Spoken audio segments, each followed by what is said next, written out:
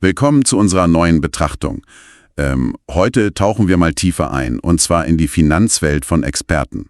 Wir schauen uns an, was machen erfolgreiche Profis, Unternehmer, Vordenker eigentlich anders mit ihrem Geld?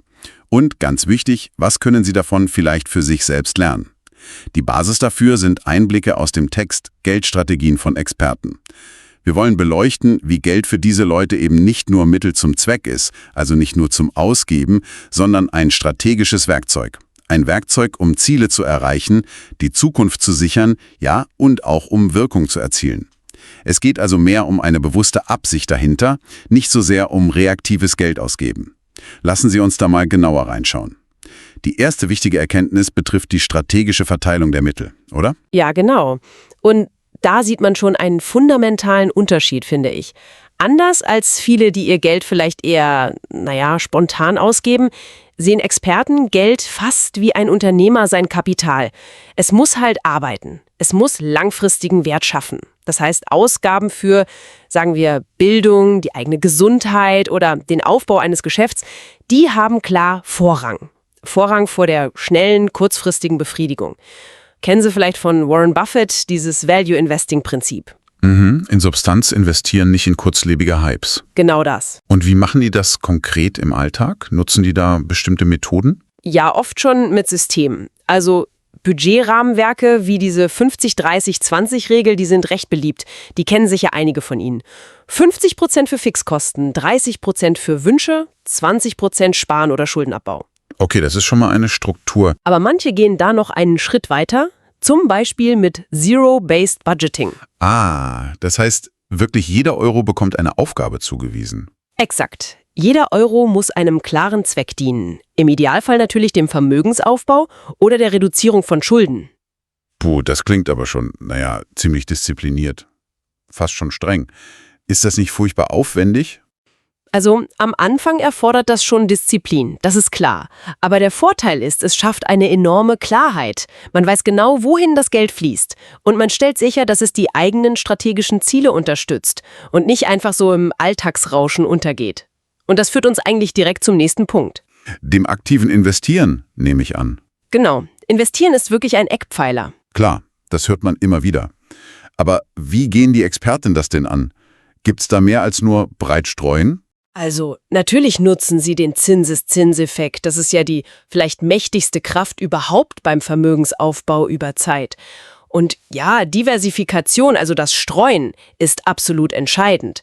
Aber eben nicht irgendwie. Hier kommt oft die moderne Portfoliotheorie ins Spiel von Markowitz. Okay, was heißt das genau? Die Kernidee ist, nicht nur breit zu streuen, also viele verschiedene Dinge zu haben, sondern Anlageklassen zu finden, die sich möglichst unabhängig voneinander entwickeln. Also wenn Aktien fallen, sollten Anleihen vielleicht stabil bleiben oder sogar steigen. So in der Art.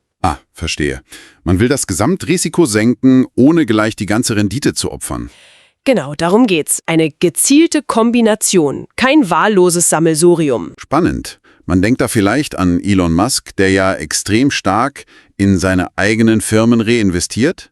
Oder anderes Extrem, John Bogle von Vanguard, der immer gepredigt hat, kostengünstige, breit gestreute Indexfonds für stetiges, solides Wachstum. Richtig, das sind unterschiedliche Ansätze, aber beide strategisch. Aber ein Punkt, der oft ein bisschen untergeht, ist doch die Investition in sich selbst, oder?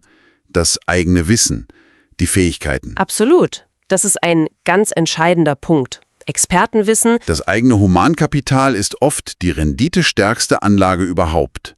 Also Wissen, Fähigkeiten, das Netzwerk, das kann einem ja keiner nehmen.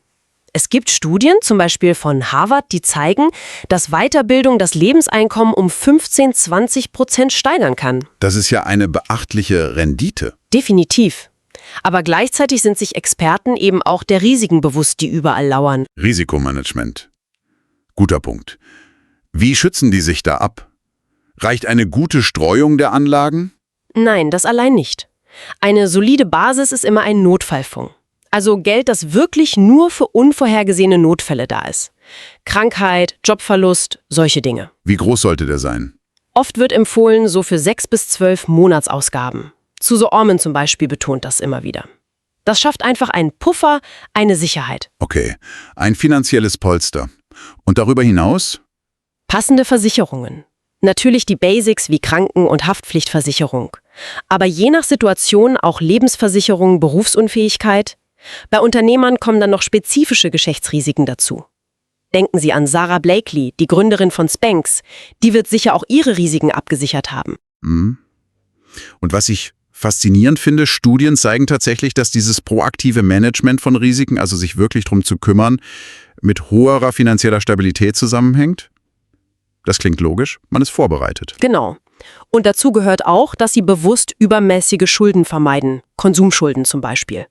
Oder auch hochspekulative Anlagen, in die sie ohne fundierte Strategie einsteigen würden. Da ist Ray Dalio mit seinem All-Weather-Portfolio ein gutes Beispiel. Der versucht ja, ein Portfolio zu bauen, das in quasi jedem Wetter, also jeder Wirtschaftslage halbwegs stabil bleibt. Exakt. Stabilität geht oft vor maximaler, aber riskanter Rendite. Das klingt jetzt aber alles nach ziemlich viel Detailarbeit. Budgetieren, investieren, Risiken managen. Machen die das alles selbst? Ganz oft nicht. Nein.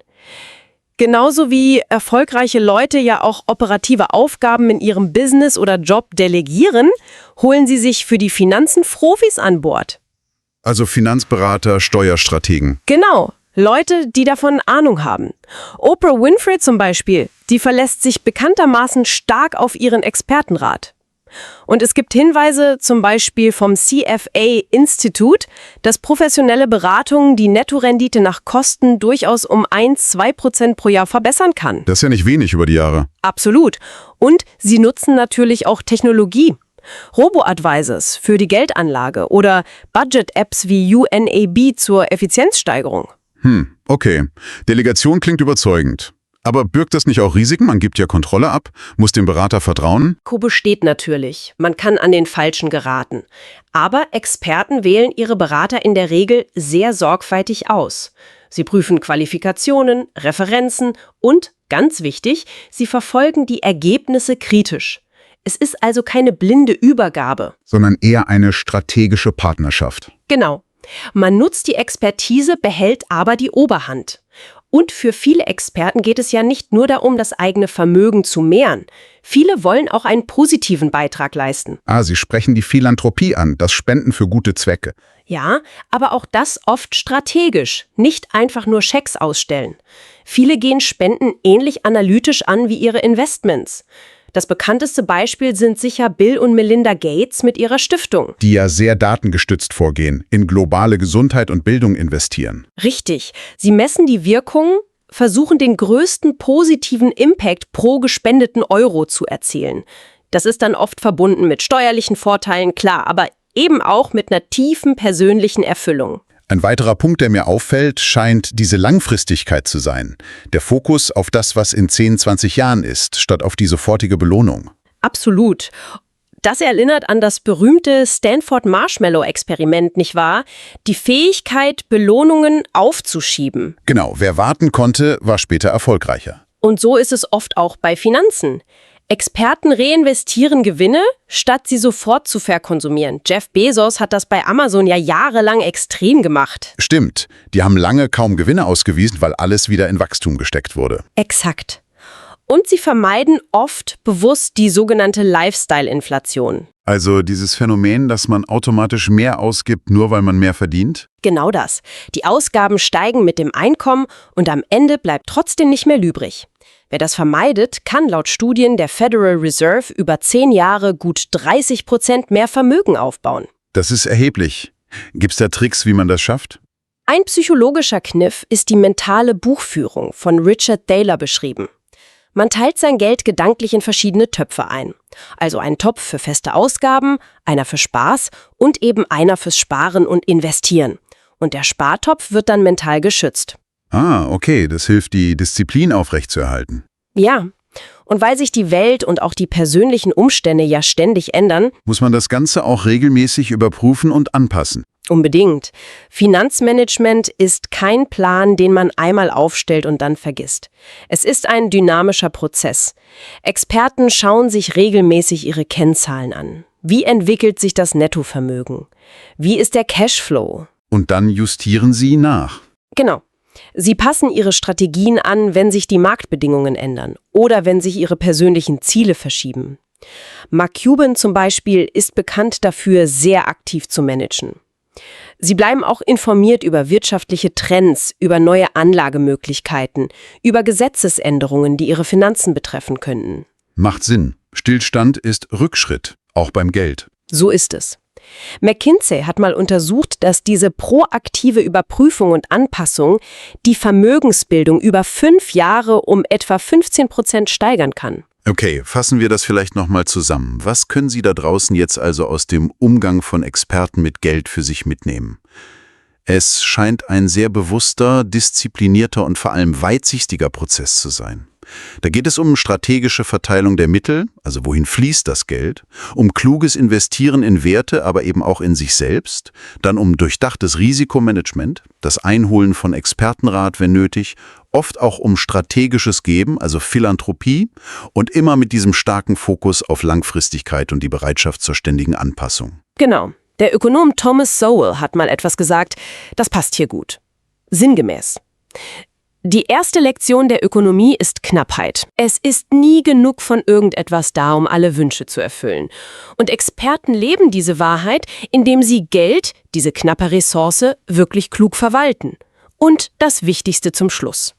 Diese Prinzipien sind ja nicht irgendwie exklusiv den Superreichen vorbehalten.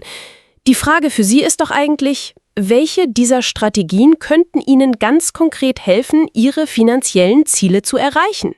Ein guter Gedanke zum Abschluss. Vielen Dank fürs Zuhören. Wenn Ihnen diese Folge gefallen hat, abonnieren, liken und teilen Sie sie bitte mit Ihren Freunden.